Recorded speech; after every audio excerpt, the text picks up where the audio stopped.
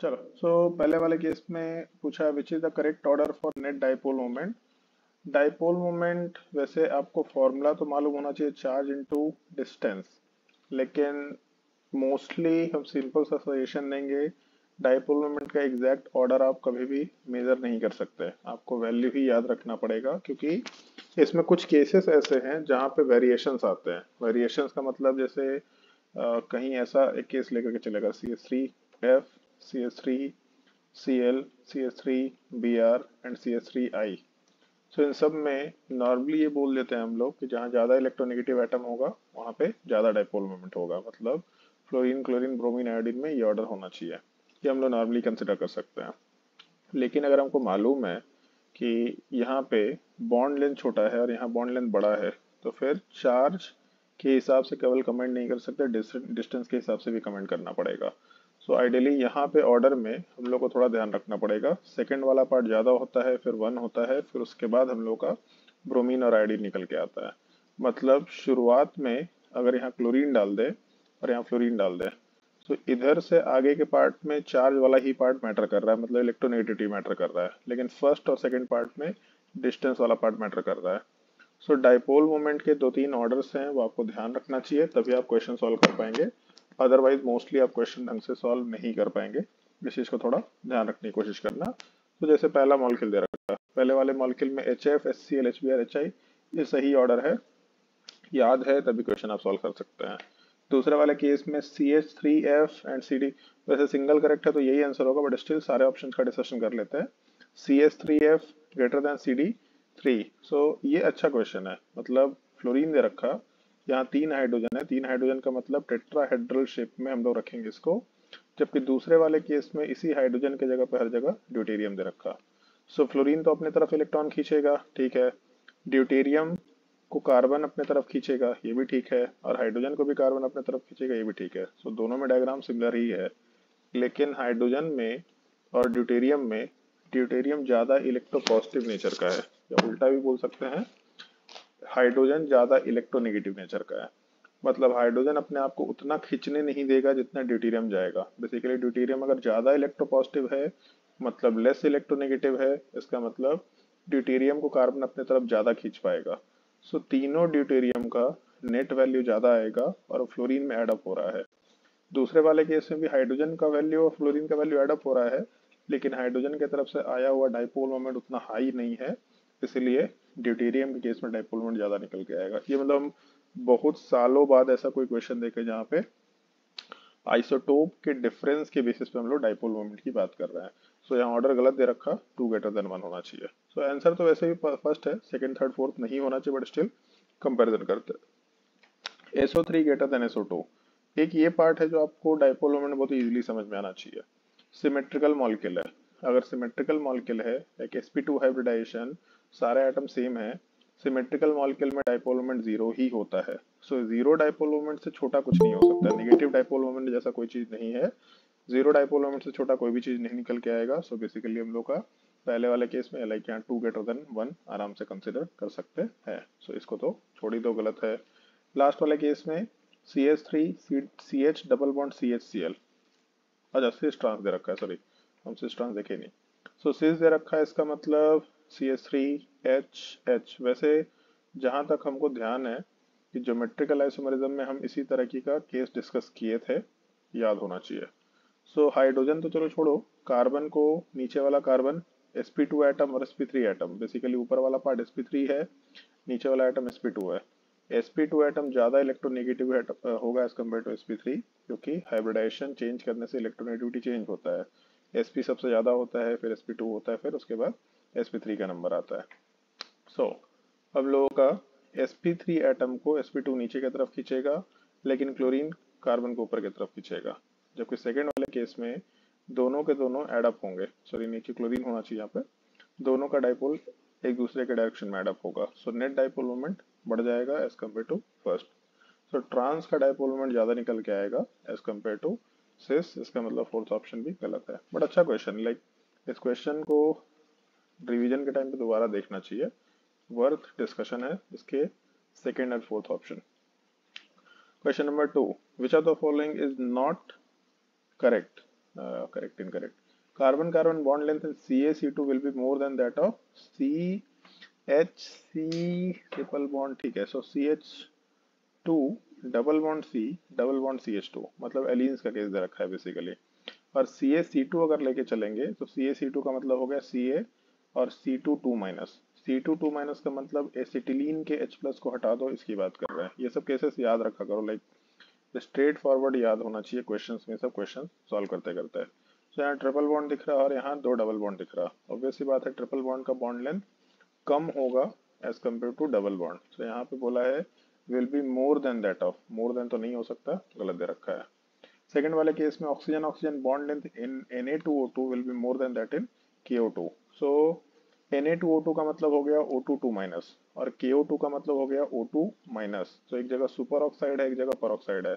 ये भी मॉलिक्यूल आपको पहचानने आना चाहिए, लाइक देखते ही समझ में आना चाहिए कौन सा पार्ट सुपर ऑक्साइड है, कौन सा पार्ट पर ऑक्साइड है. कौन आ रहा है यार, मना किए हैं भाई इतने टाइम पे. कौन है भाई? दिवाकर भास्कर. कौन से बैच कर लगा है दिवाकर भास्कर? सर वो विक्की है. तो विक्की इतना लेट का है भाई? विक्की कौशल, आवाज आ रहा है आपको? हाँ सर आ रहा है. तो बड़ा जल्दी आ गए आप. सैम बहादुर देख रहे थे क्या?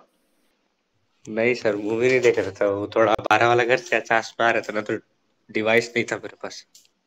अच्छा, तो एकदम से 21:21 पे डिवाइस कहाँ से आ गया? डिवाइस तो 21:13 पे आ गया था, लेकिन थोड़ा सा ज्वाइनिंग प्रोसीजर में लेट हो गया. अरे लड़का, अगले दिन से ज्वाइनिंग का प्रोसीजर ही एंड हो जाएगा, ठीक है, ध्यान रखिएगा. तो सॉरी. Na2O2 और KO2 वाले पार्ट में KO2 पर ऑक्साइड, सॉरी सुपर ऑक्साइड है. O2 माइनस वाला पार्ट O2 माइनस पर ऑक्साइड है. सो वैसे मतलब हम लोग को जैसे ही इस चीज का थोड़ा ध्यान रखने, सब लोग के लिए सजेशन है, जैसे ही डाई एटॉमिक मॉलिक्यूल दिखेगा, सो डाई एटॉमिक में सीधा MOT सोचना है. कहीं भी डाई एटॉमिक मॉलिक्यूल दिखा तो उसका स्ट्रक्चर नहीं करना. ऑल्दो पर ऑक्साइड में आप कर सकते हैं O2 2 माइनस, यहाँ सिंगल बॉन्ड है, बट स्टिल अगर डाई एटॉमिक स्पीसीज दिखा तो सीधा MOT ही सोचा करो. सो ऑक्सीजन का सिस्टम है, शुरू का जो 8 इलेक्ट्रॉन है ये किसी काम का नहीं है. चलो ये भी एक बार एक्सप्लेन कर देते हैं, क्वेश्चन सॉल्व करते हैं. सिग्मा 1 है, सिग्मा स्टार 1 है, सिग्मा 2 है, सिग्मा स्टार 2s, दो इलेक्ट्रॉन, दो एंटी बॉन्डिंग, दो बॉन्डिंग, दो एंटी बॉन्डिंग. ये तो ऐसे भी कैंसल आउट हो जाता है. तो इसको कभी भी लिखने की भी सोचना मत, मतलब आप टाइम खराब करेंगे. इसके बाद अगर ऑक्सीजन का सिस्टम है तो सिग्मा पाई पाई पाई स्टार पाई स्टार. अब एक चीज आपको दिमाग में रखते हुए काम करना है, हम लोग कितने इलेक्ट्रॉन्स फिल करना है. सो जब पता है कि यहाँ तक 8 इलेक्ट्रॉन, इसको तो हटा ही दो. 8 के बाद 10, 11, 12, फिर उसके बाद 13, 14, मतलब इससे तो ज़्यादा ही इलेक्ट्रॉन है माइनस में. 15, 16, ये O2 का सिस्टम है. O2 2 माइनस में दोनों जगह एक एक इलेक्ट्रॉन ऐड हो जाएगा. सो अगर बॉन्ड ऑर्डर अगर कैलकुलेट करेंगे, सो बॉन्डिंग और एंटी बॉन्डिंग में जो पाई का पार्ट है एग्जैक्टली इक्वल है. इसको कैंसिल आउट कर लो, बच गया 2 इलेक्ट्रॉन. 2/2 मतलब बॉन्ड ऑर्डर 1. तो कभी भी पूरा bonding minus anti bonding by 2 मत करना, ऐसे बेवकूफ लोग करते हैं. अगर आप बेवकूफ है तो करिए, कोई दिक्कत नहीं है. सो बॉन्डिंग और एंटी बॉन्डिंग को बस कैंसिल आउट करते जाना है. दिख रहा है क्या बॉन्डिंग एंटी बॉन्डिंग इक्वल है? हटाओ उसको, केवल बॉन्डिंग का 2 एक्स्ट्रा इलेक्ट्रॉन दिखा. यहाँ बाई 2 मतलब बॉन्ड ऑर्डर 1. और O2 2 माइनस पर ऑक्साइड का निकालने की कोशिश में मत करना, मालूम होना चाहिए पर ऑक्साइड में बॉन्ड ऑर्डर 1 होता है. फटाफट स्ट्रक्चर बना के भी सोच सकते हैं. सुपर ऑक्साइड का आप नहीं सोच सकते. सुपर ऑक्साइड में O2 माइनस है, मतलब एक ही इलेक्ट्रॉन ऐड होगा. जैसे ही एक इलेक्ट्रॉन ऐड हुआ, इसका मतलब बॉन्डिंग वाला पार्ट एक तो कैंसिल आउट हो गया, नीचे वाला पार्ट में एक एडिशनल इलेक्ट्रॉन, यहाँ 2 इलेक्ट्रॉन, मतलब 3/2 1.5 बॉन्ड ऑर्डर ले सकते हैं. सो हम लोगों का O2 2 माइनस का बॉन्ड ऑर्डर 1 है और O2 माइनस का बॉन्ड ऑर्डर 1.5 है. इसके हिसाब से अगर डिस्कशन करना शुरू करें तो फिर बोला है bond length will be more. So जहां बॉन्ड ऑर्डर कम है वहां बॉन्ड लेंथ ज्यादा होगा, इसका मतलब सेकंड ऑप्शन सही है. बट स्टिल आगे चेक कर लेते हैं. O2 नॉट करेक्ट पूछ. नॉट करेक्ट पूछा सर. Not correct. अरे ठीक है, तो नॉट करेक्ट मतलब ये भी आंसर नहीं होगा. तो नॉट करेक्ट तो फिर पहला ही हो जाएगा ना. हाँ सर. अरे यार, तो पहले ही ऑप्शन में क्यों नहीं बता दिए तुम लोग? ये सब तो मेरा तो मिस्टेक, ये सब चलेगा. करेक्ट नॉट करेक्ट इसमें हमको कोई दिक्कत नहीं है. लाइक हम क्वेश्चन जल्दी में सॉल्व कर रहे हैं तो हम इसे मिस्टेक कर सकते हैं. आपको ये जल्दी में सॉल्व नहीं करना, आपको इस चीज को हाईलाइट करके करना है. खैर, तो पहला आंसर होगा क्योंकि गलत है. चलो आगे भी डिस्कशन कर लेते हैं. दूसरा तो करेक्ट ऑप्शन है, मतलब ये आंसर नहीं हो सकता. तीसरे में कुछ नया मॉलिक्यूल दिया है, O2 के साथ PTS6। सो क्या लगता है यहाँ पे चार्ज क्या निकल के आना चाहिए +1 ऑक्सीजन पे? तो यहाँ पे जैसे नॉर्मली कल ही हम लोग सीख रहे थे, प्लेटिनम वाले पार्ट में जो चार्ज होगा +1 आएगा, +2 आएगा। तो +1 का मतलब है कि प्लेटिनम +5 स्टेट में है। प्लेटिनम +5 स्टेट में रहता है, +4 में रहता है।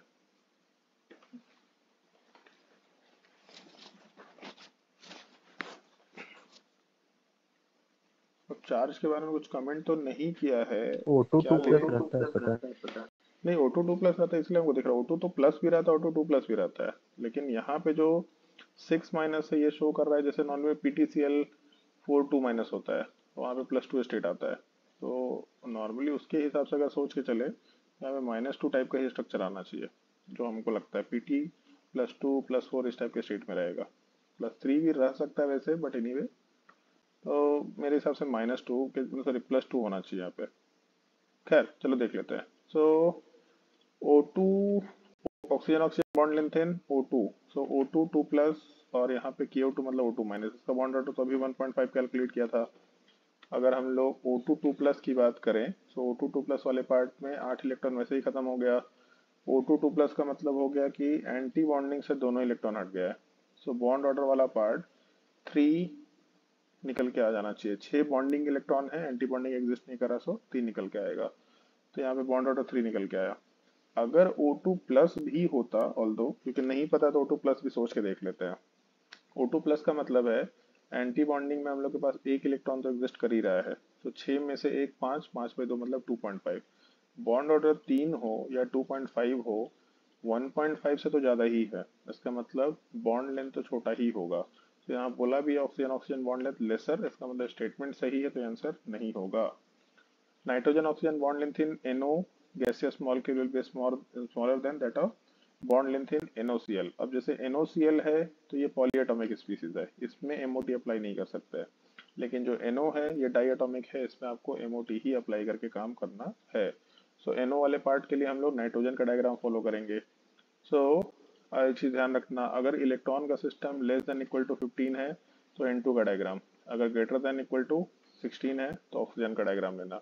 नॉर्मली लोग लिखा दिया करते हैं कि 14 तक हम लोग नाइट्रोजन का सिस्टम, 16 के आगे ऑक्सीजन का सिस्टम, 15 के लिए अलग से लिखा जाता है, बट NO नाइट्रोजन के सिस्टम को ही फॉलो कर रहा है, तो सीधा ऐसे ही याद रखो कि 15 है उसके नीचे N2 का सिस्टम, 16 के ऊपर ऑक्सीजन का सिस्टम। ऐसा क्वेश्चन सॉल्विंग में यूज कर सकते हैं। सो टोटल 8 7 15 इलेक्ट्रॉन है। 15 इलेक्ट्रॉन का मतलब N2 का सिस्टम 8 इलेक्ट्रॉन तो कैंसिल आउट हो गया, उसके बाद सीधा पाई का नंबर आता है 2 2 4, 8 2 10 2 12, फिर सिग्मा का नंबर आता है 14 और एक इलेक्ट्रॉन चला जाएगा पाई स्टार में। सो 6 bonding -1 bonding, sorry 1 anti bonding, 5/2 मतलब 2.5 बॉन्ड ऑर्डर है। सो NO का बॉन्ड ऑर्डर 2.5 निकल के आ गया। NOCl अगर लेके चले तो NOCl में N डबल बॉन्ड ऑक्सीजन और Cl, टिल्डन्स रिएजेंट, ऑर्गेनिक केमिस्ट्री में सीखा होगा आप लोगों ने, टिल्डन्स रिएजेंट बोला करते हैं इसको। So non classical carbocation type का स्ट्रक्चर बनता है, इलेक्ट्रोफिलिक एडिशन अल्कीन के रिएक्शन में लेके चलते हैं। मतलब बहुत ही इररिलेवेंट टाइप का रिएजेंट है, बट स्टिल पूछा जा चुका है, इसके ऊपर नीट में सवाल पूछा जा चुका है, सो नाम ध्यान रखना चाहिए। सो N डबल बॉन्ड ऑक्सीजन मतलब बॉन्ड ऑर्डर 2 है, तो पहले का बॉन्ड ऑर्डर 2.5 है, यहाँ का बॉन्ड ऑर्डर 2 है, इसका मतलब बॉन्ड लेंथ छोटा होगा, स्मॉलर दे भी रखा है, तो स्टेटमेंट सही है, इसका मतलब आंसर नहीं होगा। यार इस तरीके से थ्योरी बताएंगे तो फिर जगह ही नहीं बच रहा कहीं पे। चलो खैर नेक्स्ट वाले क्वेश्चन पे चलते हैं। Correct order of bond length is, bond length का फिर से ऑर्डर पूछा, सारे के सारे पॉलीएटॉमिक मॉलिक्यूल दे रहे हैं। अगर पॉलीएटॉमिक में बॉन्ड लेंथ पूछा है तो रेजोनेंस जरूर ट्राई करके देखना। SO3 2-, SO3 2- का मतलब हो गया ऐसा कुछ स्ट्रक्चर। SO4 2- का मतलब हो गया डबल बॉन्ड ऑक्सीजन O-, और SO3 तो सिंपल केस है। तो SO3 में सारे जगह डबल बॉन्ड है, बॉन्ड ऑर्डर 2 है एग्जैक्टली, बट पहले वाले केस में पाई बॉन्ड रेजोनेंस में जाएगा, मतलब बॉन्ड ऑर्डर जो भी होगा डबल बॉन्ड से तो छोटा ही आएगा। और दूसरे वाले केस में भी 2 पाई बॉन्ड तो है, लेकिन रेजोनेटिंग स्ट्रक्चर 4 बन रहा है। आपको मोस्ट प्रोबेबली बॉन्ड लेंथ का कंपैरिजन याद होगा, GOC में हम लोग सीखे थे। अगर इक्विवेलेंट रेजोनेटिंग स्ट्रक्चर है तो दो एटम के बीच में बॉन्ड लेंथ कैलकुलेट करने के लिए बॉन्ड ऑर्डर निकाल सकते हैं हम लोग एग्जैक्टली, और बॉन्ड ऑर्डर कैलकुलेशन में हम लोग number of bond between these two atoms in all the resonating structures सबका सम निकाल के देखेंगे। सो पहले वाले केस में 3 रेजोनेटिंग स्ट्रक्चर बनेगा, ऑल्दो इसमें एक और भी लॉजिक है जो चलेगा। एक पाई बॉन्ड है, 3 जगह डिस्ट्रीब्यूट होना है, सो सिंगल बॉन्ड तो हमेशा रहेगा, लेकिन पाई बॉन्ड 3 जगह डिस्ट्रीब्यूट होगा, मतलब 1.33 बोल सकते हैं हम लोग। सो पहले वाले केस में बॉन्ड ऑर्डर 1.33 है, दूसरे वाले केस में 4 ऑक्सीजन है, 2 पाई बॉन्ड 4 जगह डिस्ट्रीब्यूट होना है, तो इसका मतलब 1.5 आधा आधा हर जगह जाएगा। फिर से बोल रहे हैं, 2 पाई बॉन्ड है, 4 जगह डिस्ट्रीब्यूट होना है, लाइक 2 रोटी है, 4 आदमी को खाना है, हर एक आदमी 0.5 खाएगा। सो 2 पाई बॉन्ड 4 जगह डिस्ट्रीब्यूट होना है, मतलब हर जगह पे 1.5 1.5 1.5 बॉन्ड ऑर्डर मूव कर जाएगा। सो पहले वाले केस में 1.33, दूसरे वाले केस में 1.5, तीसरे वाले केस में 2। सो बॉन्ड ऑर्डर बढ़ेगा, बॉन्ड लेंथ घटेगा, सो पहला ऑप्शन ही सही आंसर निकल के आएगा। अब क्योंकि पहला सही है तो बाकी ऑप्शन देखने की जरूरत नहीं है, और नन ऑफ दिस तो मेरे हिसाब से होना भी नहीं चाहिए। खैर ऑप्शन थर्ड का ये ऑप्शन कंसिडर कर सकते हैं। ठीक क्वेश्चन है, जो रेजोनेंस एसोसिएटेड कंसेप्ट पे है, मतलब इनऑर्गेनिक में भी रेजोनेंस तो कराते ही हम लोग। बॉन्ड ऑर्डर आप रेजोनेटिंग स्ट्रक्चर से भी निकाल सकते हैं, लेकिन थोड़ा स्मार्टली जैसा बताया कि एक पाई बॉन्ड डिस्ट्रीब्यूट होगा, ऐसे भी क्वेश्चन सॉल्व कर सकते हैं। विच of the following is paramagnetic, इसको से ट्राई करो। फिर से अभी जो बताया, अगर डाई एटॉमिक मॉलिक्यूल है तो सीधा एमओटी सोचना है, इसको एज अ ट्रिक याद करो। डाई एटॉमिक मॉलिक्यूल देखते ही सीधा एमओटी चमकना चाहिए। अगर आप इतने सारे मतलब 2-3 बार बोलने के बाद, और पहले भी केमिकल बॉन्डिंग में बोला था, इसके बाद भी नहीं कर रहे तो बहुत चिल मारी, कोई दिक्कत नहीं है। क्वेश्चन नंबर 5 ये आपके ऊपर छोड़ रहे हैं, आपको सॉल्व करना है। Question number 5, gaseous SO3 molecule is triangular planar in shape with 3 sigma bond from sp2 p orbital overlap, 3 pi bond formed by p pi overlap and 1 p pi d pi overlap। सो ये चीज वैसे तो आपको discussion में बताया हुआ है मोल concept में, बट स्टिल हम लोग डिस्कशन कर लेते हैं। सेकेंड वाले में भी वही मॉलिक्यूल के बारे में दिया है, इस पिरामिडल मॉलिक्यूल। SO3 पहले तो शेप पे डिस्कशन कर लेते हैं। SO3 sp2 हाइब्रिडाइजेशन आएगा, मतलब ट्रायंगुलर प्लानर होगा। सो पिरामिडल तो हो नहीं सकता, ट्रायंगुलर प्लानर होगा, और बाकी हर जगह पे वही 2 double bond between S oxygen and 1 single bond. So 2 double bond between S and oxygen and 1 single bond, ये तो गलत स्टेटमेंट है, लास्ट ऑप्शन की रिजेक्ट कर देते हैं। सो बेसिकली इन्हीं दो ऑप्शन में सिलेक्शन करना है। Sigma bond from sp2 p orbital, sigma bond from sp2 p orbital and 3 pi bond formed by 2 p pi overlap, 1 p pi d pi, और लास्ट ऑप्शन में 1 p pi 2 p pi d pi बोला। इसको explain कैसे करें और इसको shortcut के तरीके से कैसे सॉल्व करें, ये मालूम होना चाहिए। लॉन्ग कट तो पता ही होता है, मान के चल रहे कि आपको ओवरलैपिंग का डायग्राम प्रॉपरली पता है। सो ओवरलैपिंग के डायग्राम से हम बात नहीं करेंगे, हम इसको थोड़ा दूसरे तरीके से सॉल्व कर रहे हैं। पहला चीज, सल्फर का डायग्राम या सॉरी हाइब्रिडाइजेशन क्या है, sp2। सो जब भी ये सिग्मा बॉन्ड बनाएगा sp2 के थ्रू ही बनाएगा, और ऑक्सीजन सेकेंड पीरियड का एलिमेंट है तो ये हमेशा 2p के थ्रू ही पाई बॉन्ड बनाएगा। कभी भी बाहर वाले एटम का हाइब्रिडाइजेशन नहीं होता है, हाइब्रिडाइजेशन हमेशा सेंट्रल एटम का होता है। सो कभी भी बाहर वाले एटम का हाइब्रिडाइजेशन कैलकुलेट मत करना, बाहर वाला एटम अपने प्योर p ऑर्बिटल के थ्रू ओवरलैप करता है। हाइब्रिडाइजेशन का पूरा कंसेप्ट हाइपोथेटिकल है और केवल सेंट्रल एटम के लिए एप्लीकेबल है। सो बाहर का ऑक्सीजन सेकेंड पीरियड में है, मतलब सिग्मा बॉन्ड 3 बनेगा, तीनों के दोनों sp2 2p ओवरलैप से बनेगा। सल्फर p ब्लॉक का एलिमेंट है, थर्ड पीरियड का एलिमेंट है, इसका मतलब 3p वाले पार्ट में हम लोग के पास 3 ऑर्बिटल है, जिसमें एक यहाँ पे s ऑर्बिटल भी है 3s। sp2 हाइब्रिडाइजेशन का मतलब s और 2p खत्म हो गया। अगर s और 2p हाइब्रिडाइजेशन में चला गया तो पाई बॉन्ड बनाने के लिए तो एक ही p ऑर्बिटल बाकी है। सो पाई बॉन्ड एक ही पाई बॉन्ड p ऑर्बिटल की तरफ से बनेगा 3p और ऑक्सीजन के 2p से, और बाकी फिर हम लोग को d ऑर्बिटल ही यूज करना पड़ेगा। उसके लिए हम लोग एक्साइटेशन कराते हैं इलेक्ट्रॉन का, और भी बहुत सारी चीजें हैं जो हम लोग सीख चुके हैं। तो 2 पाई बॉन्ड हम लोग d ऑर्बिटल के थ्रू बनाएंगे। सो सल्फर के 3d एंड ऑक्सीजन के 2p ऑर्बिटल के ओवरलैप से। सो इसको हम लोग p पाई d पाई बॉन्ड बोल सकते हैं, या फिर pd पाई बॉन्ड बोल सकते हैं, जो बोलना है बोल लो। और एक पार्ट p पाई बॉन्ड बना है, या फिर p पाई बॉन्ड के थ्रू बना हुआ है। सो अपने क्वेश्चन में एक पाई बॉन्ड p पाई रहेगा और 2 पाई बॉन्ड p पाई d पाई रहेगा, मतलब ऑप्शन 2 आंसर होना चाहिए, ये कंसिडर कर सकते हैं। अच्छा क्वेश्चन है, मतलब ऐसे क्वेश्चन आजकल पूछे जा रहे हैं मेंस में, तो बहुत ही रिलेवेंट क्वेश्चन है मेंस के एग्जाम के लिए। ऐसे भी रिलेवेंट है, एडवांस में भी सब पूछा जाता है, बट बहुत ही रिलेवेंट क्वेश्चन है ये। Among the following the pair in which, अच्छा जिन लोगों को ये नहीं पता बॉन्डिंग ओवरलैप कैसे होता है वो बता देना, मैसेज कर देना, हम अलग से उनको सिखा देंगे, या फिर हमको लगता है कहीं ना कहीं वीडियो पड़ा है मेरा यूट्यूब पे बॉन्डिंग ओवरलैपिंग कैसे होता है, उसको भी देख के सीख सकते हो। उसको कहाँ पे वीडियो है, कितने से कितने दूर है, वो हम ढूंढ करके उनको शेयर कर देंगे। Question number 6. Among the following, the pair in which two species are not isostructural. Isostructural का मतलब जिसमें सेम शेप आता है। ये एक ऐसा पार्ट है जो हम आपके ऊपर छोड़ना चाहेंगे। मतलब हम मान के चल रहे कि आपको हाइब्रिडाइजेशन निकालने आता है और हाइब्रिडाइजेशन से एसोसिएटेड एक टेबल होता है, इस हाइब्रिडाइजेशन में इतने लोन पेयर के लिए ये शेप होता है। ये पार्ट रटने वाला है, लाइक हम इसमें जब भी बताएंगे तो पूरा लिस्ट बता सकते हैं। सो ये चीज आपको प्रॉपरली याद ही करना पड़ेगा।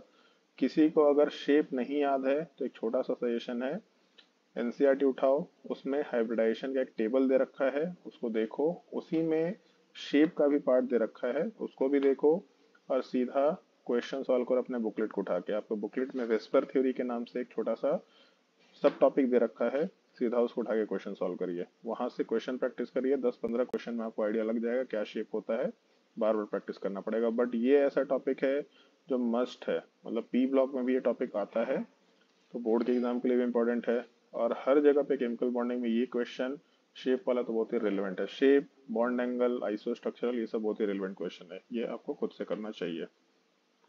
The correct carbon nitrogen bond order, अब ये खुद से ट्राई करके देखो, ऊपर जो क्वेश्चन बताया है उसी को रेफरेंस लेके, बहुत ज्यादा भारी इसमें कुछ नहीं है। The correct order of increasing S character in percentage in the hybrid orbitals in the below molecules ions assuming all hybrid orbitals are exactly equivalent। ठीक है, तो इसमें हाइब्रिड ऑर्बिटल्स इक्विवेलेंट बोल दिया, पूछा है percentage S character.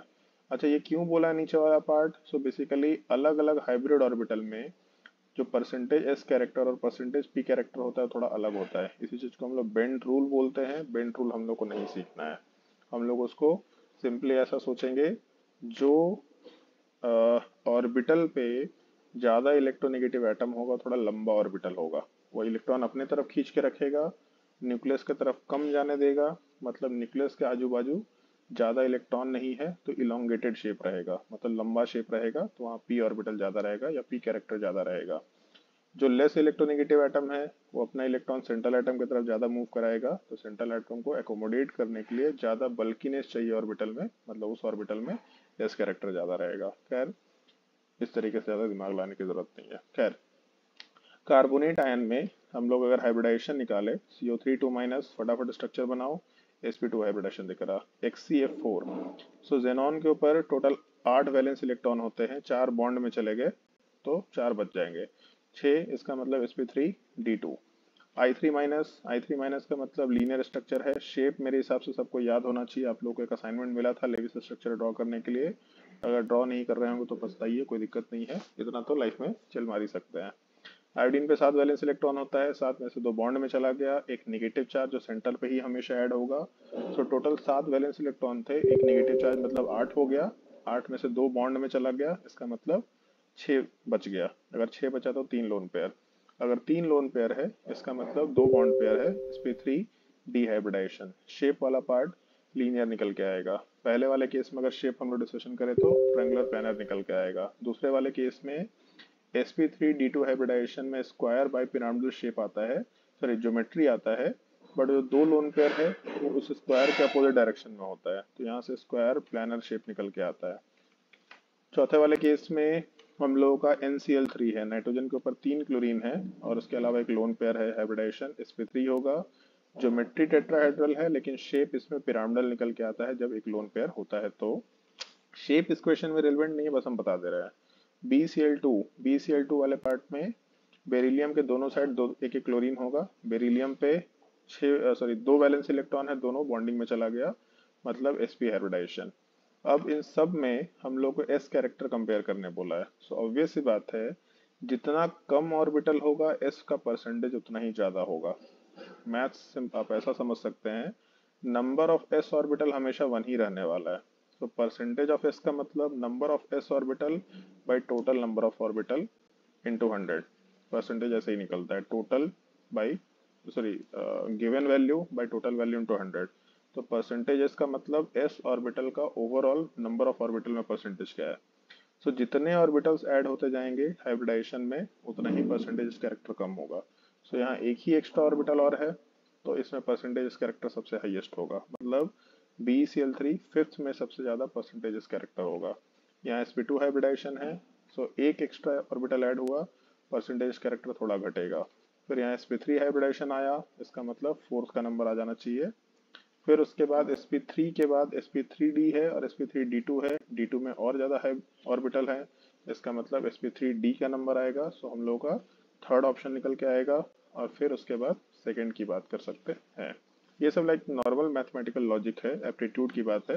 Percentage S character compare कैसे करते हैं आपको पता है, लेकिन उसको भी कंपेयर करने का तरीका जहां ज्यादा ऑर्बिटल परसेंटेज कैरेक्टर उतना ही कम हो जाएगा। सो अपना आंसर सबसे हाईएस्ट वैल्यू फिफ्थ में होना चाहिए। ऐसा कहाँ दिया है, पहले में दिया, अच्छा पहले और लास्ट दोनों में दिया है। फिफ्थ के बाद 1 दिया, सो अरे यार फिफ्थ के बाद सेकंड सबसे लास्ट दोनों में दे रखा, तो फिफ्थ के बाद 1 के बाद कौन सा था 4, 5 1 4, ऐसा ऑप्शन 1 कंसिडर कर रहा है। मतलब नॉर्मली एक चीज ध्यान रखना, क्वेश्चन सॉल्व करते वक्त हम आपको सॉल्व करके पूरा मॉलिक्यूल दिखाए, कभी भी पूरा क्वेश्चन सॉल्व करने की कोशिश नॉर्मली नहीं करना। इस क्वेश्चन में कोई ऑप्शन नहीं है, सो इसमें नॉर्मली नहीं करना। और इतने अच्छे तरीके से क्वेश्चन फ्रेम किया है कि sp हाइब्रिडेशन सबसे लास्ट में लिखा है, मतलब जब तक आप लास्ट वाले मॉलिक्यूल में नहीं जाएंगे तब तक sp हाइब्रिडेशन नहीं आएगा, तब तक मैक्सिमम वैल्यू नहीं आएगा। सो बहुत अच्छे तरीके से क्वेश्चन को अरेंज किया हुआ है, लाइक क्वेश्चन का प्रेजेंटेशन बहुत अच्छा है, बहुत रेलेवेंट क्वेश्चन तो है, प्रेजेंटेशन वाइज बहुत ही अच्छा क्वेश्चन है कि आप जब तक सारे मॉलिक्यूल के हाइब्रिडाइजेशन को नहीं निकाला तब तक आप क्वेश्चन नहीं सॉल्व कर सकते। अदरवाइज अगर BeCl2 पहले आता, यहाँ sp आता, हम पहले उसके हिसाब से आंसर ढूंढने लग जाते हैं कि अच्छा इसका आंसर ये होता ये होता ये होता, ऐसा कुछ करने लग जाता है। खैर बढ़िया क्वेश्चन है। क्वेश्चन नंबर 9 पे चलते हैं। 2 types of carbon carbon covalent bond are present in. Diamond में सारे बॉन्ड सिमिलर होते हैं। ग्रेफाइट, ग्रेफाइट में 2 तरह के बॉन्ड होते हैं, एक विद इन लेयर होते हैं, एक लेयर के बाहर होते हैं। सो सेकंड ऑप्शन ही आंसर होना चाहिए। कार्बन 60 भी होता है यार, कार्बन 60 में सारे बॉन्ड सेम होते हैं कोवेलेंट बॉन्ड क्या बोला है? सर कोवेलेंट बॉन्ड लेंथ दो अलग अलग होने चाहिए। तो कोवेलेंट बॉन्ड ग्रेफाइट में वाइंडर वाला जाता है। हाँ वहाँ वांडर वाला जाता है, मतलब हम ऑप्शन नहीं देखे बट वही कार्बन 60 में भी 2 अलग अलग बॉन्ड होता है। डायमंड में सारा बॉन्ड सेम होता है, बेंजीन में तो रेजोनेंस की वजह से सारा बॉन्ड सेम होता है। अच्छा क्वेश्चन है, आंसर कार्बन 60 होना चाहिए। ग्रेफाइट में कोवेलेंट बॉन्ड पूछा है, उसमें लेयर के बीच में कोवेलेंट बॉन्ड होता है, लाइक ऐसे with in layer covalent bond होता है, बट 2 लेयर्स के बीच में वांडर वाल बॉन्ड होता है। तो इसलिए यहाँ 2 टाइप के बॉन्ड यहाँ भी हैं, मतलब 2 टाइप का बॉन्ड लेंथ यहाँ भी है, लेकिन कोवेलेंट का बॉन्ड लेंथ नहीं है, वो अलग इंटरेक्शन का बॉन्ड लेंथ है। बड़ा अच्छा सवाल है ये, मतलब नाइस। मतलब ये इन्फॉर्मेशन आपको मालूम होना चाहिए ग्राफाइट का और फ्लोरीन का। ये फ्लोरीन में भी सारे बॉन्ड सिमिलर टाइप के नहीं होते, बस मालूम होना चाहिए। ग्राफाइट में भी सारे बॉन्ड सिमिलर टाइप के नहीं होते, लेकिन फ्लोरीन में कार्बन 60 में, जो आपको 10th क्लास में सीखे थे बकमिस्टर फ्लोरीन, यहाँ पे एटलीस्ट ये होता है कि सारे बॉन्ड कोवेलेंट नेचर के होते हैं, जबकि ग्रेफाइट में सारे बॉन्ड कोवेलेंट नेचर के नहीं होते हैं। अच्छा क्वेश्चन है, गलती कराने लायक बढ़िया क्वेश्चन है। क्वेश्चन नंबर 9 के बाद question number 10, which of the following atomic orbital overlapping are not allowed. ये जब हम लोग केमिकल बॉन्डिंग पढ़ते हैं तो उसका शुरुआत में ही डिस्कशन होता है। पहला चीज, p ऑर्बिटल का प्लस माइनस आपस में कंबाइन नहीं कर सकता, प्लस के साथ केवल प्लस कंबाइन करेगा, माइनस के साथ केवल माइनस कंबाइन करेगा, पहला चीज। और ओरिएंटेशन प्रॉपर होना चाहिए। ओरिएंटेशन प्रॉपर होने का मतलब आइदर इंटरन्यूक्लियर एक्सिस पे ओवरलैपिंग होगा या उसके ऊपर और नीचे दोनों साइड ओवरलैपिंग होगा। जो ये क्रॉस ओवरलैपिंग है, ऐसा परपेंडिकुलर, ऐसा ओवरलैपिंग नहीं हो सकता। सो पहला केस पॉसिबल नहीं है, दूसरा केस पॉसिबल नहीं है, क्योंकि पहले में प्लस माइनस दोनों ओवरलैप है। इस चीज को हम लोग जीरो ओवरलैप बोलते हैं। ये मेंस के लिए रिलेवेंट नहीं है, एडवांस के लिए रिलेवेंट है। इस तरह का ओरिएंटेशन पॉसिबल नहीं है, इसको भी हम लोग जीरो ओवरलैप बोलेंगे। थर्ड वाले केस में प्लस के साथ माइनस, माइनस के साथ प्लस, इसको हम लोग नेगेटिव ओवरलैप बोलेंगे। ओवरलैपिंग पॉसिबल है बट ये एंटी बॉन्डिंग का फॉर्मेशन कराता है, नेगेटिव ओवरलैप। चौथे वाले केस में प्लस के साथ प्लस, ये हम लोग का पॉजिटिव ओवरलैप है। और लास्ट वाले केस में प्लस के साथ प्लस, माइनस के साथ माइनस, ये भी पॉजिटिव ओवरलैप है। और पाई बॉन्ड का ओवर फॉर्मेशन यहीं से होता है।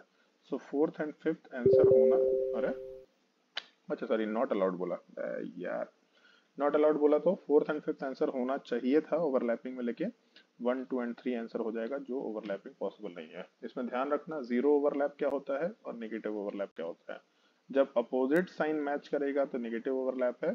ओरिएंटेशन प्रॉपर होना चाहिए, ओरिएंटेशन प्रॉपर नहीं है, और अगर इस तरह केस है जहाँ प्लस प्लस प्लस माइनस दोनों ओवरलैप कर गया, जिसको जीरो ओवरलैप बोलेंगे। अच्छा क्वेश्चन ये, सारे क्वेश्चन अच्छा है। क्वेश्चन नंबर 10 तक में कोई डाउट अभी तक तो पूछ सकते हैं।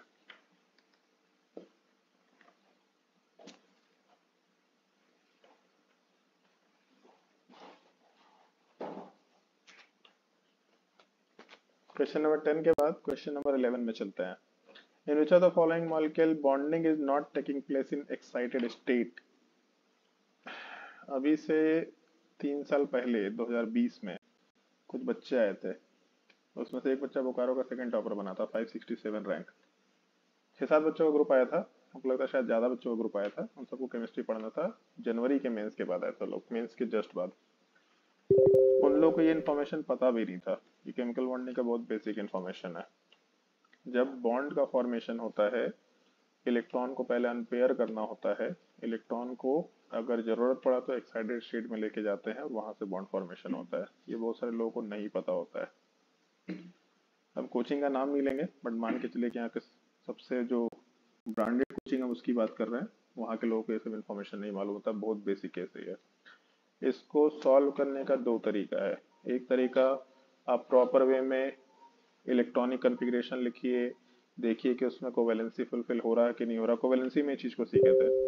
जिनको नहीं याद है कोवेलेंसी, एक और पलट के देखो, नोट्स कॉपी मिल जाएगा। जिनको कोवेलेंसी पता ही नहीं है या उस कंसेप्ट के थ्रू कभी क्वेश्चन सॉल्विंग नहीं किया, बता देना, कहीं कुछ लेक्चर में पढ़ा होगा, हम भेज देंगे।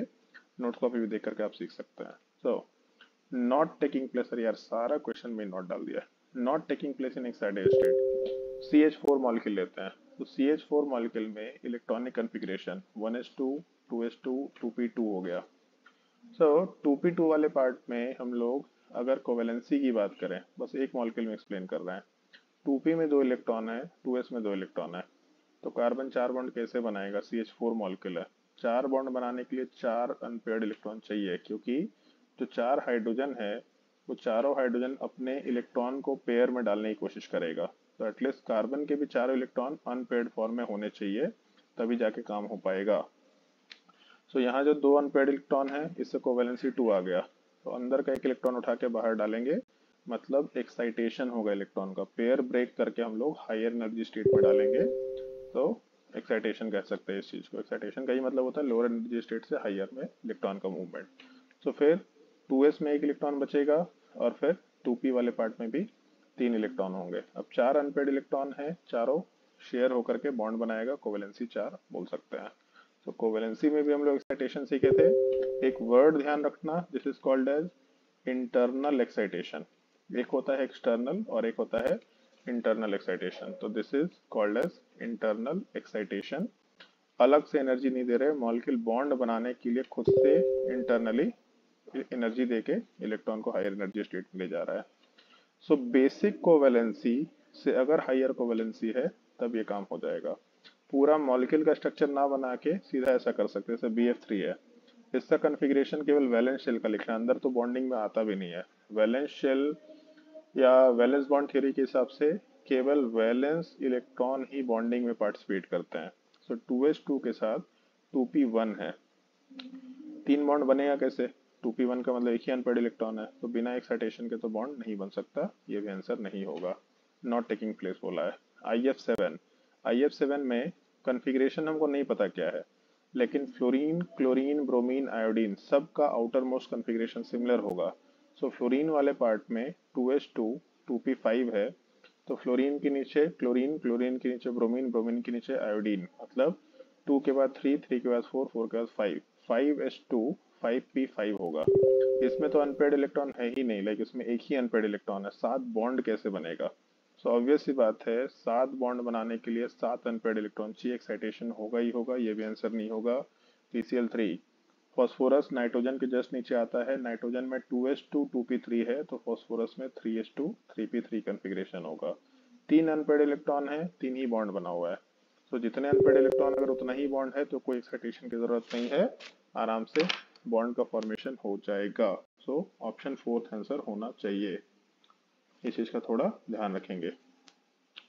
क्वेश्चन नंबर 11 में अगर कोई डाउट है तो पूछ लो, मेरे हिसाब से होना नहीं चाहिए, बट अगर इसको एक्सप्लेन भी करना है थोड़ा इलेबोरेटिव आंसर देना पड़ेगा, मालूम होना चाहिए।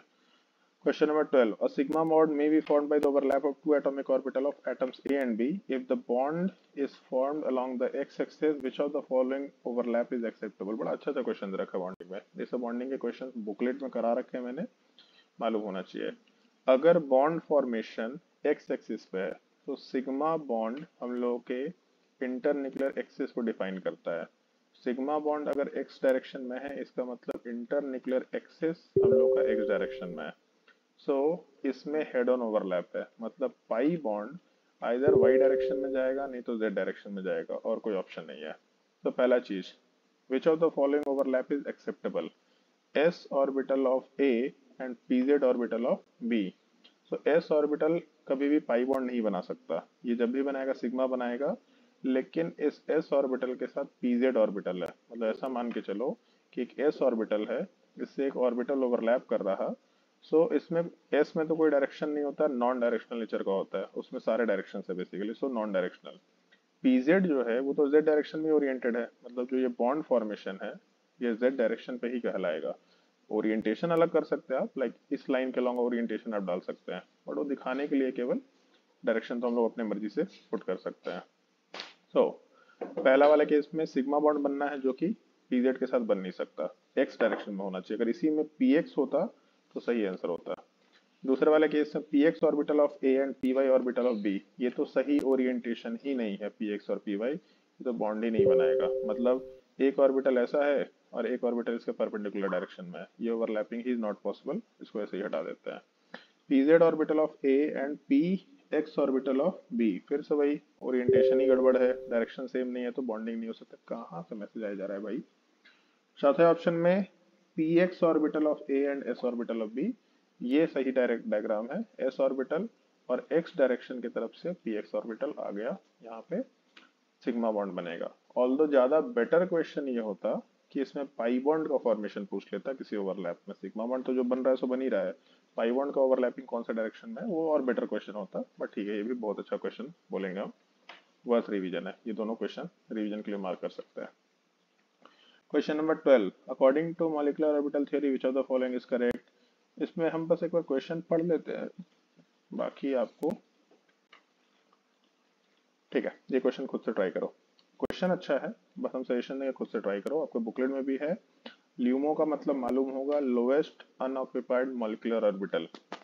जहां तक हम लोग मॉलिक्यूलर ऑर्बिटल थ्योरी में इलेक्ट्रॉन फिल कर देते हैं, उसके जस्ट आगे वाले ऑर्बिटल को लोएस्ट अनऑक्यूपाइड मॉलिक्यूलर ऑर्बिटल बोलते हैं, और जहां तक का ऑर्बिटल फिल्ड है उसको हम लोग हाईएस्ट ऑक्यूपाइड मॉलिक्यूलर ऑर्बिटल मतलब होमो बोला करते हैं।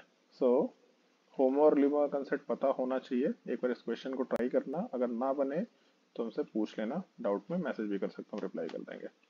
विच of the following is ionic solid? कौन सा कंपाउंड आयनिक सॉलिड में रहता है? ये इन्फॉर्मेशन आपको याद रखना पड़ेगा, सारे ऑल ऑफ दीज। ये तो चलो वैसे भी आयनिक सॉलिड है, CaC2, Ca2 प्लस और C2 माइनस, ये तो ऐसे भी आयनिक सॉलिड है। PbR5 वाला पार्ट PbR4 प्लस और Br माइनस में एग्जिस्ट करता है, ये इन्फॉर्मेशन बेस्ड क्वेश्चन है।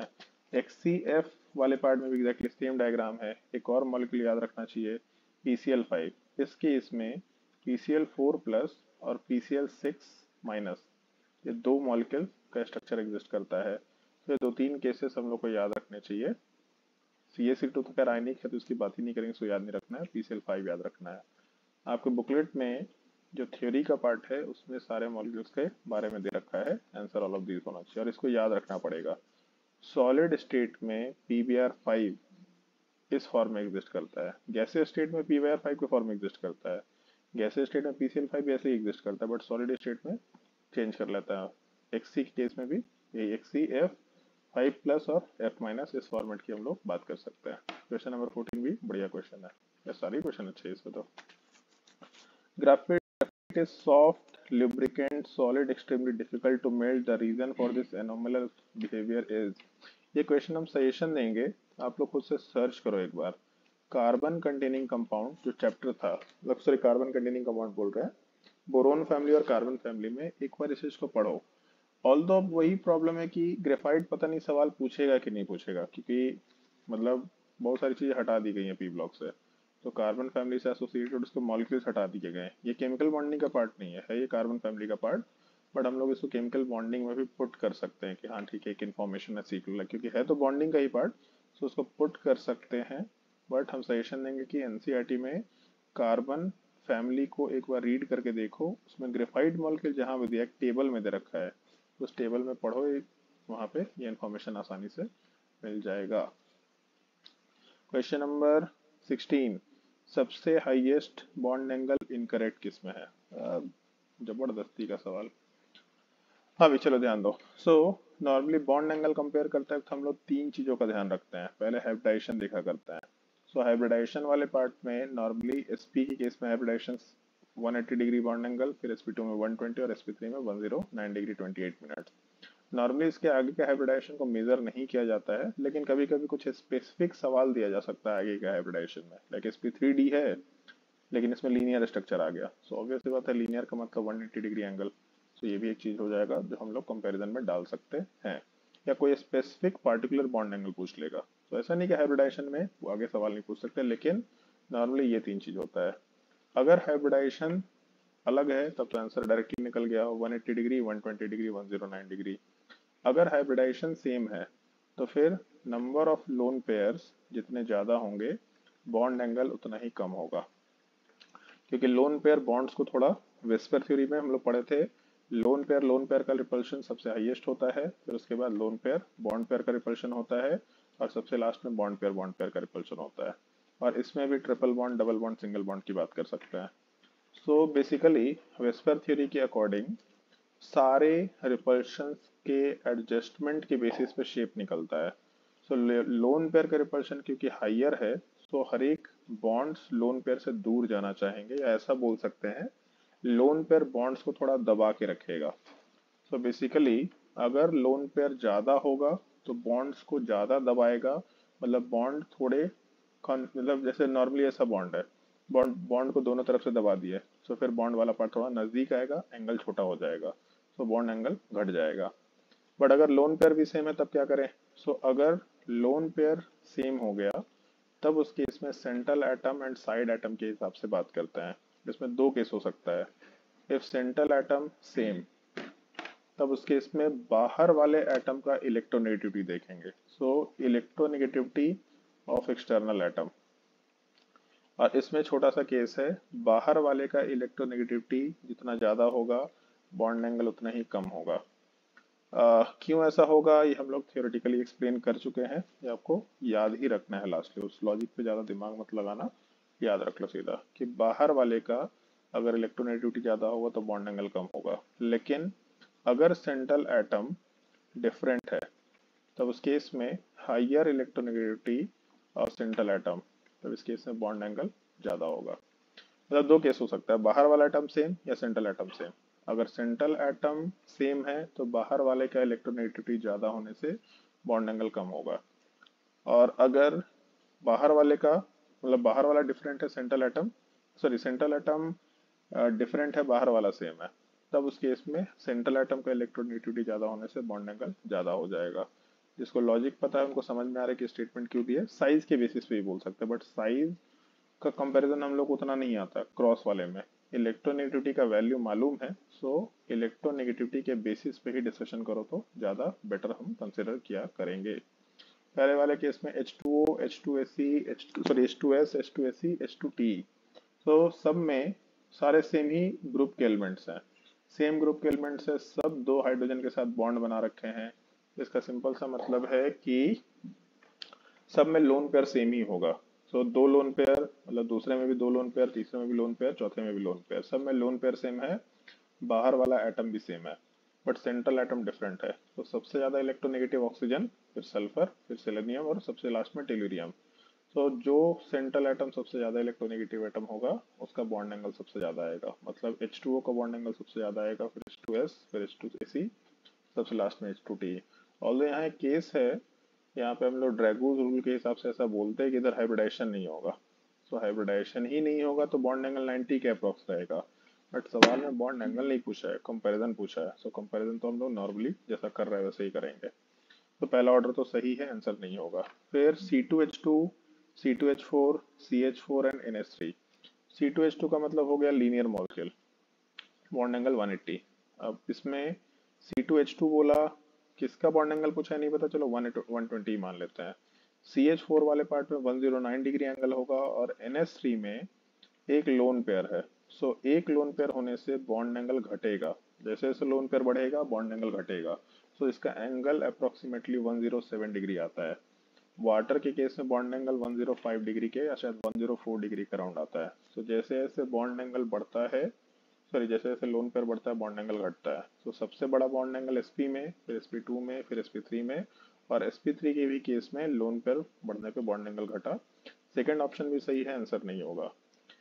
थर्ड वाले केस में SF6 NH3 H2O एंड, ये आंसर गलत होना चाहिए क्योंकि यहीं पे दिख रहा है। नाइट्रोजन में एक लोन पेयर है, H2 में दो लोन पेयर है। दो लोन पेयर मतलब बॉन्ड एंगल कम होना चाहिए, यही वैल्यू ज्यादा दिख रहा है। SF6 निकाल सकते हैं, लेकिन जो नोन मॉलिक्यूल है उसके बेसिस पे कंपैरिजन करना रिलेटिवली आसान है।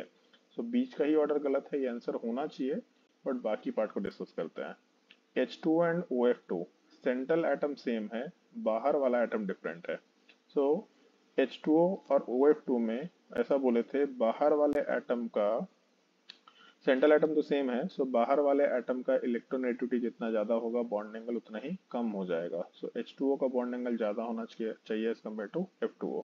तो ये भी ऑर्डर गलत ही दे रखा है, ऐसा नहीं कि केवल बीच का ऑर्डर सही है, इधर भी ऑर्डर गलत है। और SF6 लेके अगर चले तो सल्फर के साथ 6 फ्लोरीन है, सारे का बॉन्ड एंगल 90 डिग्री होगा। बट ये सवाल थोड़ा इररिलेवेंट है। क्यों इररिलेवेंट है, उसमें दो रीजन है।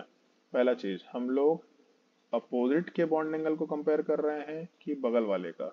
अगर बगल वाले का करेंगे तो बॉन्ड एंगल 90 डिग्री निकल के आएगा, अगर अपोजिट का करेंगे तो बॉन्ड एंगल 180 डिग्री निकल के आएगा। तो एक एंगल छोटा है एक एंगल बड़ा है, ऐसा मॉलिक्यूल ऑप्शन में नहीं होना चाहिए। तो ये गलत है, बट एनीवे आगे का भी आंसर गलत है तो इसमें चल जाएगा, बट ये क्वेश्चन सही नहीं होगा। फिर लास्ट वाले केस में ClO2 H2O H2S SF6, ये भी थोड़ा सा गलत है। SF6 में ऑप्शन नहीं देना चाहिए क्योंकि वहाँ 180 डिग्री एंड 90 डिग्री दोनों एंगल है। तो खैर लोअर एंगल के बेसिस पे शायद कंपैरिजन किया है, इसलिए यहाँ काम चल जा रहा है, बट ये गलत चीज है, ऐसा नहीं होना चाहिए, थोड़ा ध्यान रखना। ClO2 खुद से ट्राई कर लेना, बनने लायक क्वेश्चन है।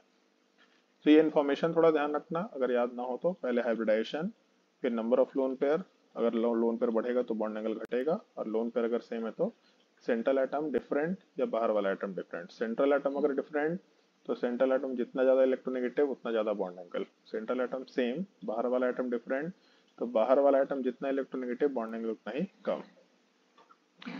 The correct order of stability to form ionic compound among this molecule will be. So normally हम लोग साइज के हिसाब से बात करते हैं। अगर स्टेबिलिटी ऑफ आयनिक कंपाउंड की बात करें तो लैटिस एनर्जी के बेसिस बात कर सकते हैं। और लैटिस एनर्जी का कंपैरिजन पहले चार्ज देखेंगे, फिर उसके बाद हम लोग साइज देखा करेंगे।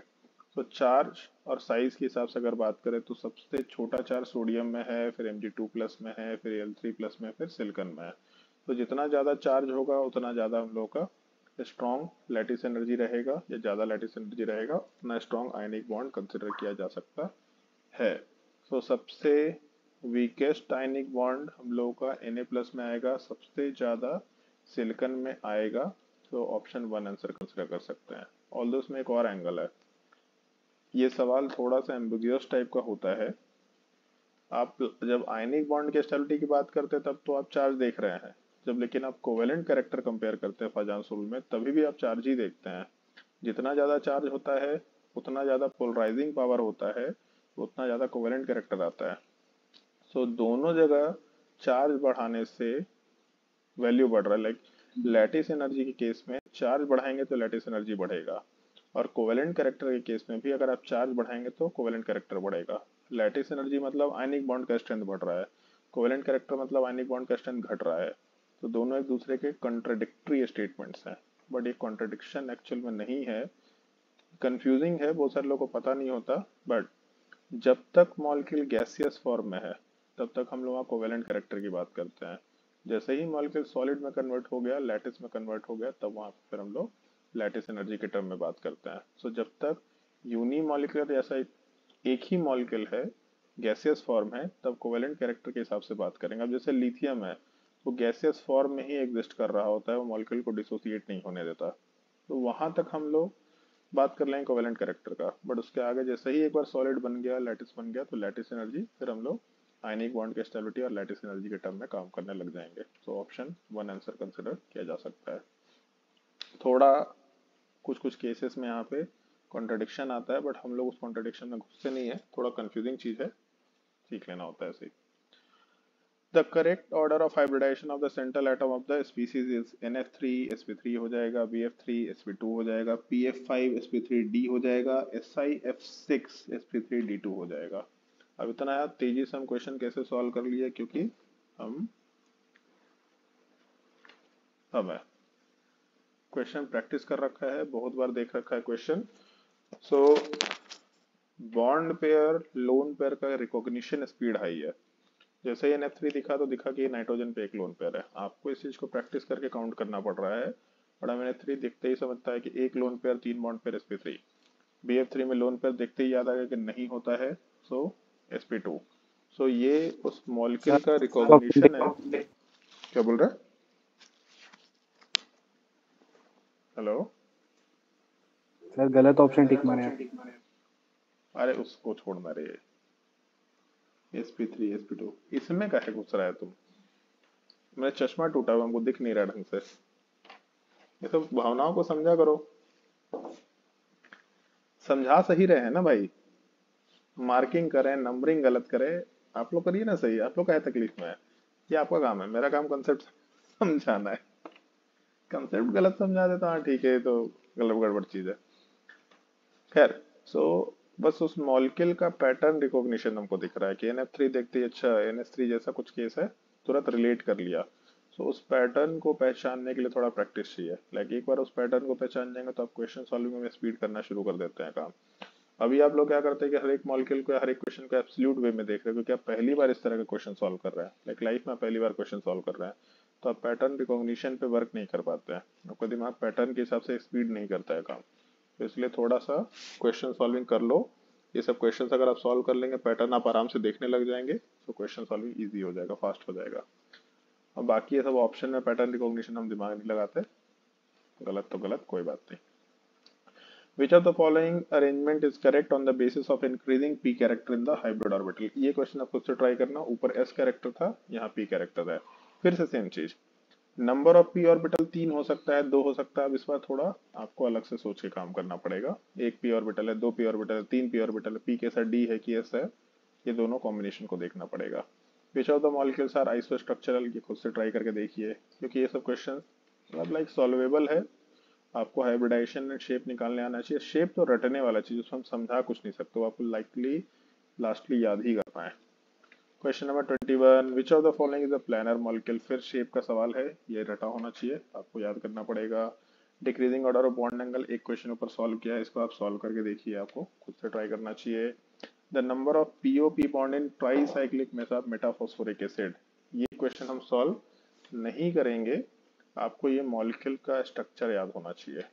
ट्राई साइक्लिक मेटाफॉस्फोरिक एसिड, पहला चीज तो ये कि मेटाफॉस्फोरिक एसिड क्या होगा, ये सोच के देखो। अगर ये पार्ट नहीं आता तो आप बता देना। इसमें हम लोग जैसे इनऑर्गेनिक मॉलिक्यूल का नोमेनक्लेचर का एक छोटा सा पोर्शन है, वो हम बता देंगे फिर से, कोई दिक्कत नहीं। हमको जाने की उत्कर्ष शायद बताए होंगे, बट अगर नहीं भी है तो हम आपको फिर से बता देंगे, कोई तकलीफ नहीं है। लेकिन अगर आप इस मॉलिक्यूल को स्ट्रक्चर खुद से सोच पाए तो ज़्यादा बेटर है। सो मेटाफॉस्फोरिक एसिड क्या होगा, पहले ये सोचो, फिर उसका साइक्लिक स्ट्रक्चर सोचो, ऐसा सोच के फिर उसमें बॉन्ड आराम से निकाल सकते हैं। क्वेश्चन अच्छा है, बट इस मॉलिक्यूल को खुद से ट्राई करने की कोशिश करो, आपको खुद से ट्राई करने पे ये मॉलिक्यूल ज़्यादा याद रहेगा। Which of the following molecule ions all the bonds are equal? अगर रेजोनेंस है तो सारे बॉन्ड इक्वल होंगे, पहला केस। दूसरा, रेजोनेंस नहीं है तो एक इंफॉर्मेशन ध्यान रखना है आपको, ये क्लास में आपके लिखाया हुआ है नोट्स कॉपी में। sp sp2 sp3 sp3 d2, इसमें सारे बॉन्ड सिमिलर होते हैं। अनलेस कि एटम ही चेंज हो जाए। लाइक एटम चेंज हो गया तो बात अलग है, लेकिन अगर एटम सेम है तो इसमें सारे बॉन्ड सिमेट्रिकल होते हैं, हाईली सिमेट्रिकल केस है। sp3d हाइब्रिडाइजेशन, इसमें दो तरह के बॉन्ड्स होते हैं, एक को हम लोग एक्सियल बोलते हैं और दूसरे को हम लोग इक्वेटोरियल बोलते हैं। और axial bonds are larger than equatorial bonds. So axial bond larger होगा इक्वेटोरियल से, एक ये केस, और दूसरा sp3d3 हाइब्रिडाइजेशन। इस केस में भी bond angle sorry bond length अलग अलग होते हैं, उसमें भी एक्सियल इक्वेटोरियल आता है। सो SiF4 कार्बन फैमिली का पार्ट है। कार्बन 4 बॉन्ड बनाता है, सिलिकॉन भी 4 बॉन्ड बनाएगा, हाइब्रिडाइजेशन sp3 जाएगा, सारे बॉन्ड सेम है, मतलब यही आंसर होना चाहिए। IF7 हेलोजन का केस है, 7 बॉन्ड दिख रहा, 7 से मैक्सिमम बॉन्ड हो नहीं सकता, और 7 बॉन्ड के लिए हाइब्रिडाइजेशन sp3 होता है, सर sp3d3 होता है। तो इस केस में दोनों बॉन्ड एक्सियल इक्वेटोरियल इक्वल नहीं होंगे। ClF3 7 वैलेंस इलेक्ट्रॉन, 3 बॉन्ड में चला गया, 4 बच गया, मतलब 2 लोन पेयर, तो sp3d हाइब्रिडाइजेशन आएगा। इसका मतलब एक्सियल इक्वेटोरियल आएगा, बॉन्ड एंगल अलग सॉरी बॉन्ड लेंथ अलग अलग होंगे, आंसर नहीं हो सकता। PCl5 नाइट्रोजन फैमिली का पार्ट है, 5 valence electron, 5 bond, 0 lone pair, sp3d hybridization, मतलब फिर से दो अलग अलग बॉन्ड लेंथ निकल के आएंगे। क्वेश्चन नंबर 25 खुद से सॉल्व करो। डाइएटॉमिक मॉलिक्यूल है, बॉन्ड ऑर्डर पूछा है, आप खुद से ट्राई करना चाहिए। सो जो क्वेश्चन हम आपको बोल रहे हैं उससे ट्राई कर लेना।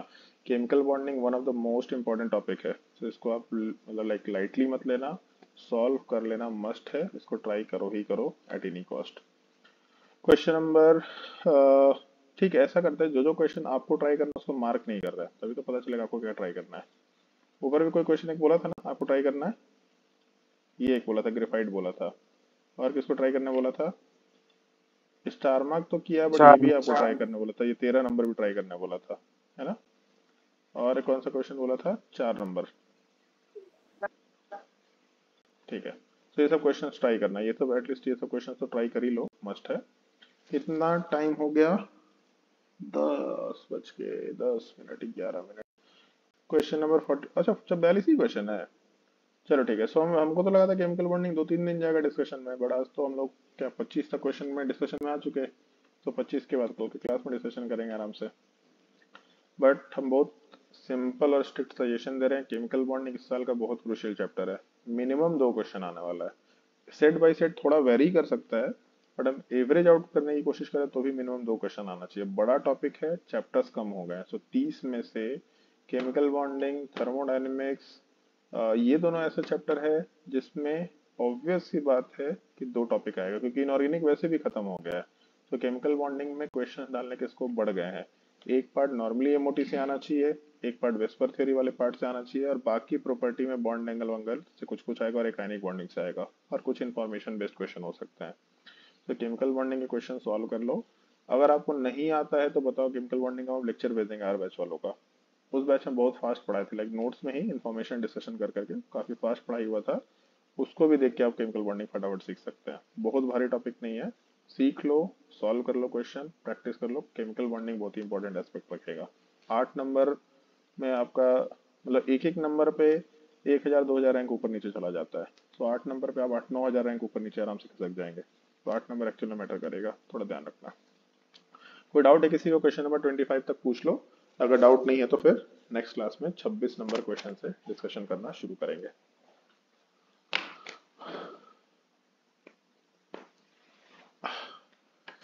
ठीक है, सो आज के लिए क्लास यहीं पे एंड करते हैं, बाकी हम लोग नेक्स्ट क्लास में कंटिन्यू करते हैं कल।